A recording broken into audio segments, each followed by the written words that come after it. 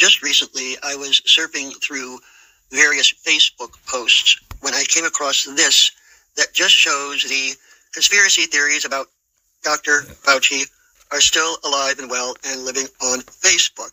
Dr. Fauci is probably one of the most respected scientists on the planet, unless you are part of the MAGA lunatic fringe who just seriously enjoy hating on this man. They refuse to let go of this idea that Dr. Fauci was responsible for creating the coronavirus in a lab in Wuhan, China. And it appears their sole basis for believing this is that, wait for it, because Senator Rand Paul said so. So, of course, it must be true. So I took it upon myself to do a little research on this, and here's what I came up with. This whole Donnybrook stems from a congressional hearing which basically turned into a bit of a cat fight between the two. Okay, so here's a transcript of the interaction between Dr. Fauci and Senator Paul, which caused all the fuss and all the headlines for a couple of days because it was so contentious. It was during a congressional hearing in May of 2021, I believe, where they were discussing gain-of-function research and the dangers, etc. And we'll get into the arguments that Senator Paul makes, which is just that the coronavirus was created to infect humans in a lab in Wuhan, China. He claims was funded through the National Institutes of Health. And you'll notice he keeps mentioning the name of Dr. Barrick, which we'll get into that.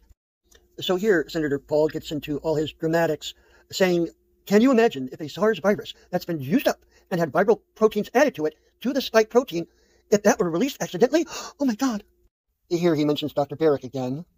And here he mentions the Cambridge Working Group and a letter a bunch of scientists signed, which is actually total bullshit. We'll get into that. So Paul just keeps up with all his accusations with Dr. Fauci trying to defend himself. He mentions EcoHealth here, which we'll get into. And Paul just continues the accusations and grandstanding like the little diva he is. Mentions Dr. Barrick again. He keeps mentioning that name like it's a thing, and as it turns out, it really isn't. Blah, blah, blah, blah, blah. He really needs an orchestra in the background. You're parsing words, you're parsing words. And then I really like this, where Tina Smith comes to his rescue and calls Senator Paul out on all his bullshit. Okay, so let's just cut to the chase here. This whole debate is about where did COVID come from, or what was the actual cause of COVID. Now, Senator Paul seems to think he is the only one in the world who really, really cares where COVID came from, how it started. Well, that's just one of many things that Dr. Paul is wrong about.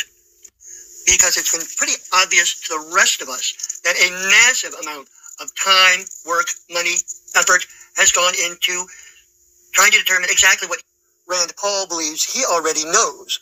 So now, while it's true that the medical and scientific community may not be 100% certain of how COVID originated, but one thing there is near universal agreement on is where COVID did not come from, and that is a lab in Wuhan funded by the United States. That's where COVID didn't come from. And then to find out how COVID did originate, Senator Rand Paul is the last person whose opinion I would care about. So let's just jump right in here and trash Senator Paul's bogus opinions one by one. The scientific medical journal Nature Medicine is as good a place to start as any. Let's have a look a little further down the article and see what this says. It is improbable that SARS-CoV-2 emerged through laboratory manipulation of a related SARS-CoV-like coronavirus.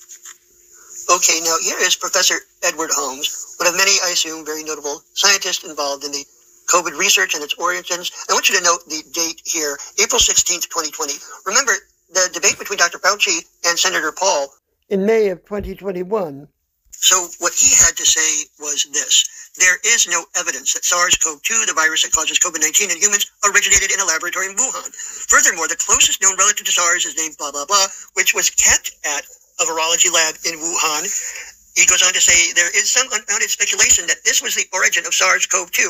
However, and then he goes on to explain why it was not. Next, we have a statement from the U.S. intelligence community. And again, note that date there, April 30th, 2020. The point being, why are we still arguing about this? This was settled years ago. Reading from the press release, the Office of the Director of National Intelligence today issued the following intelligence community statement. The entire intelligence community has been consistently providing critical support to U.S. policymakers and those responding to the COVID-19 virus, which originated in China. The intelligence community also concurs with the wide scientific consensus that the COVID-19 virus was not man-made or genetically modified. So why are people like Rand Paul still obsessing over this? It's over. It's finished. It wasn't made in a Wuhan lab. So here we have a statement put out by the director of the National Institute of Health. Released just a few days after the hearing. Their statement in part reads, however, neither NIH nor NIAID, which is run by Fauci, have ever approved any grant that would have supported gain-of-function research on coronaviruses that would have increased their transmissibility or lethality for humans.